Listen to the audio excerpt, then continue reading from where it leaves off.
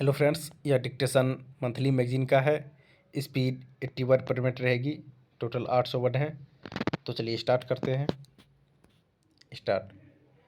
अध्यक्ष जी, परिवर्तन के इस दौर में एक आधुनिक राष्ट्र के रूप में विकसित होने के लिए भारत को गतिशील सामाजिक और आर्थिक परिवर्तन की आवश्यकता है।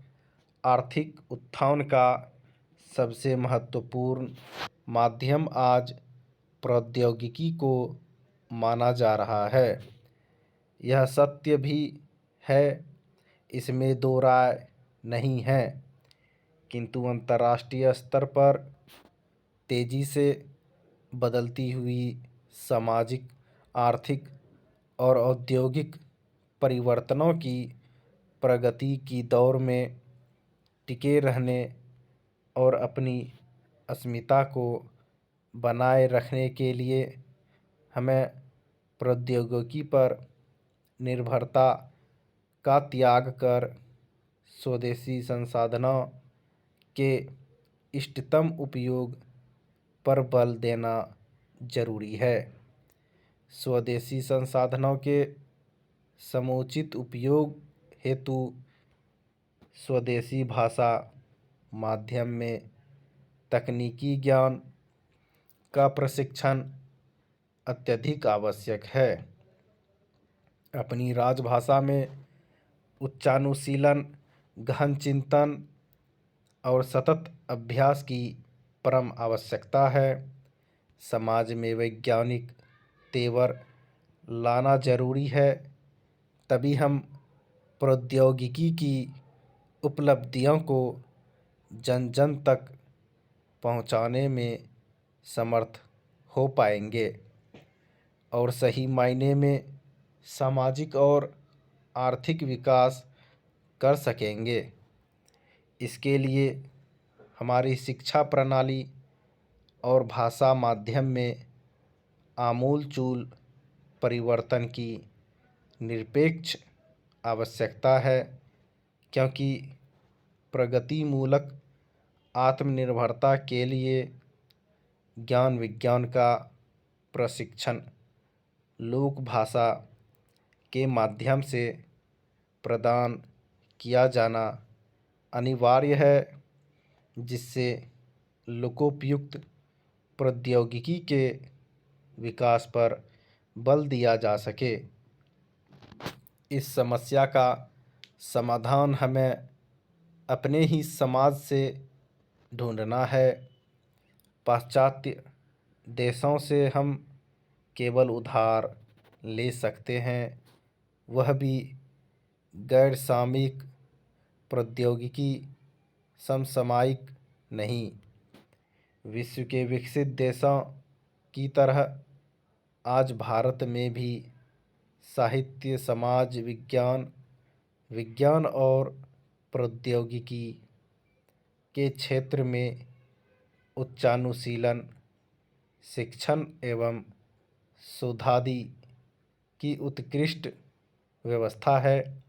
यह अत्यंत हर्ष की बात है कि अपना देश विज्ञान और प्रौद्योगिकी के क्षेत्र में आगे बढ़ रहा है, किंतु यह खेदजनक स्थिति है कि विज्ञान और प्रौद्योगिकी की यह प्रगति विदेशी भाषा माध्यम होने के कारण आम भारतीय से कोसों दूर की चीज़ है और मात्र कुछ प्रतिशत लोगों की संपत्ति बनकर रह गई है। 100 करोड़ की आबादी वाले इस विशाल देश के मात्र कुछ प्रतिशत लोग अपने अंग्रेजी ज्ञान के कारण इस देश के विकास के अंग बने हुए हैं और एक बहुत बड़ा समुदाय आज अपेक्षित विज्ञान ज्ञान के अभाव में त्रिशंकु की स्थिति में उपेक्षित पड़ा है। उत्पादक जनबल की कोटि में होकर भी बेकार है, औरों पर निर्भर है, इसका दायित्व किस पर है, इसके लिए कौन जिम्मेदार है। अध्यक्ष जी, विज्ञान और प्रौद्योगिकी का सीधा संबंध आम आदमी के रोज़मर्रा के जीवन से भी है, अतः देश के आम लोगों की संपर्क भाषा में शिक्षा प्रदान करने से समाज का प्रत्येक व्यक्ति लाभान्वित होगा। भाषा के इस तथ्य से इनकार नहीं किया जा सकता है कि विज्ञान जागरूक एवं प्रशिक्षित मस्तिष्क द्वारा प्रेक्षण एवं प्रयोग की सहायता से भी भौतिक जगत की प्रकृति को समझने का सतत एवं मुक्त प्रयास है। ऐसा प्रयास जिसके फलस्वरूप क्रमबद्ध ज्ञान के भंडार में निरंतर वृद्धि हो रही है। इस निरंतरता का संबंध अतीत से है। अतीत भाषा के द्वारा ही मुखरित होता है। दूसरे शब्दों में कहें तो भाषा के माध्यम से ही मनुष्य अपने दार्शनिक वैज्ञानिक विचारों को समीपस्थ एवं दूरस्थ समुदायों तक पहुंचा सकता है तथा भावी पीढ़ी के लिए अपने अनुभवों को सुरक्षित रखता है। इस विशाल धारा पर तमाम मानव समुदाय हैं जिनकी अपनी अपनी भाषा है, क्योंकि भाषा तो प्रतीकों की मनमानी व्यवस्था है और हमारे समाज की भाषा यूरोपीय समुदाय से भिन्न है। सांस्कृतिक गतिशील का शिक्षा से अटूट संबंध होता है और शिक्षा अविच्छिन्न भाव से भाषा से जुड़ी रहती है। संस्कृति और शिक्षा के बीच भाषा सेतु की भूमिका निभाती है। किसी भी कारण से जब यह सेतु कमज़ोर होकर टूट जाता है तो उस संस्कृति के अतीत और वर्तमान का तारतम्य समाप्त हो जाता है और समाज में अराजकता की बाढ़ सी आ जाती है।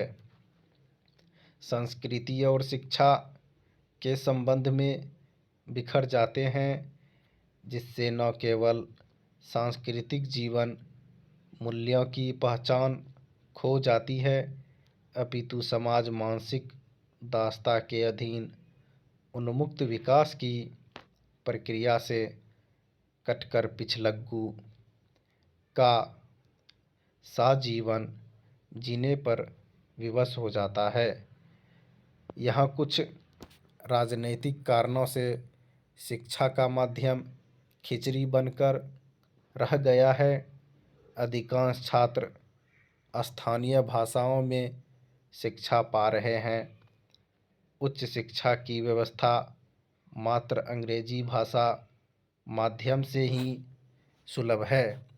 अतः इसके कारण एक बहुत बड़ा वर्ग समुचित वैज्ञानिक शिक्षा पाने से वंचित है।